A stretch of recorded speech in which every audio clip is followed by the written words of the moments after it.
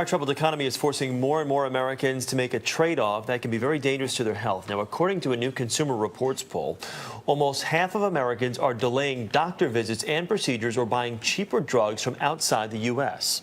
And for one breast cancer survivor, balancing finances and health is a choice that she, like so many Americans, would rather not have to make.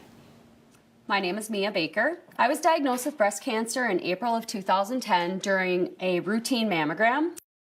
Those words are crushing.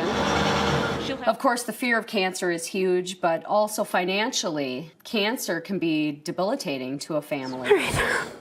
We have run the whole gamut of worries, of financial worries in this household. We went from people who could pay our bills, make our house payment, to people who couldn't make their house payment and couldn't pay their bills. On top of the economy declining and my being sick, I ended up having to close my business. We do put off going to the doctor. Prior to all of this happening, if the kids were sick, I would have rushed to the doctor.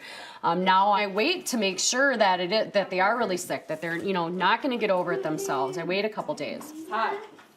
Having cancer, I could tell you 100 different pains that I have all over my body that I'd love to run to the doctor for, and because I'm scared that there's something going on, but I don't, because we can't create bills. It's a huge headache. It's a daily headache, but it's a new way of life. We've learned to adapt, and we've learned to live life differently because we had to. It's pretty hard to ask 12 and 13-year-old boys to be careful, but we do.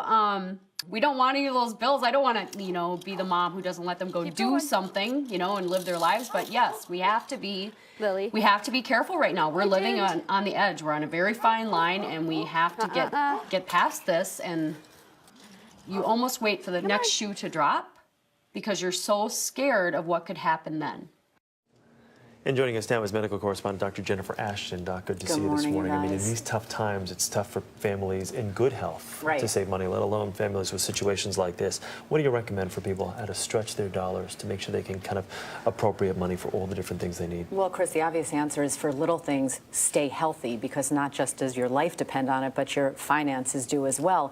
Absent that, people with chronic diseases, things like heart disease, cancer, there are big organizations as well as grassroots organizations that can help with patient support services, even coupons. You want to speak up, talk to your doctor, ask them about whether these things are available, and share your concerns. Be honest. And this is so important because of this Consumer Reports survey that we mentioned, looking at the way Americans are dealing with this, and even with the prescriptions that they take every day, and they're taking a lot of risks. Staggering numbers, Erica. 49% of Americans are on some type of prescription medication, and the average American doesn't just take one drug, they take 4.5 medications. So for people who are having trouble getting those medications, you want to ask your doctor if a generic is available, plan ahead for both medical and financial emergencies, and if you are having trouble, whatever you do, do not modify that regimen by yourself. People are cutting down on medications, using expired medications. It can be very dangerous. Speak up. Help might be available. Even ordering from overseas, which you say can be dangerous too, because you're never clear what you're getting. With shortages out there, it's another issue as well, correct? That's right. And again, you want to try to ask your doctor ahead, what if my drug is not available, so you're not caught behind the 8 ball. All right, Dr. Ashton, thanks. Good to see you here this morning.